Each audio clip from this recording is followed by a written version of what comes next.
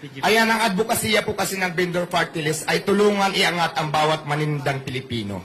So, yun po.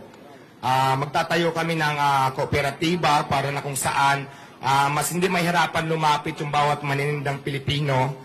Tapos, mayroon din kaming gagawin mga advokasya namin na yung mga vendors na kailangan natin iayos, lalo na po katulad sa akin, dati lang po ako street vendors, yun po ang isa sa mga tututukan ko din para po yung walang mga pwesto, pwede natin tulungan para magkaroon ng mga pwesto, abot lang din sa kanilang makakaya. So, ganon. Sino pa po? Meron pa magtatanong?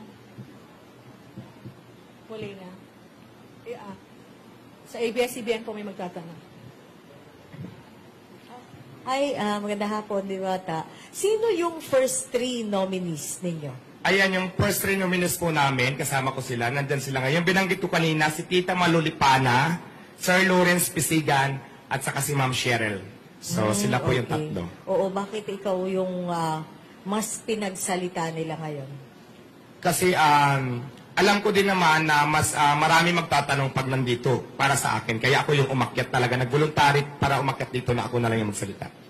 Okay. Tapos isa na lang, Diwata, yung vendors party list, kapag nangyari na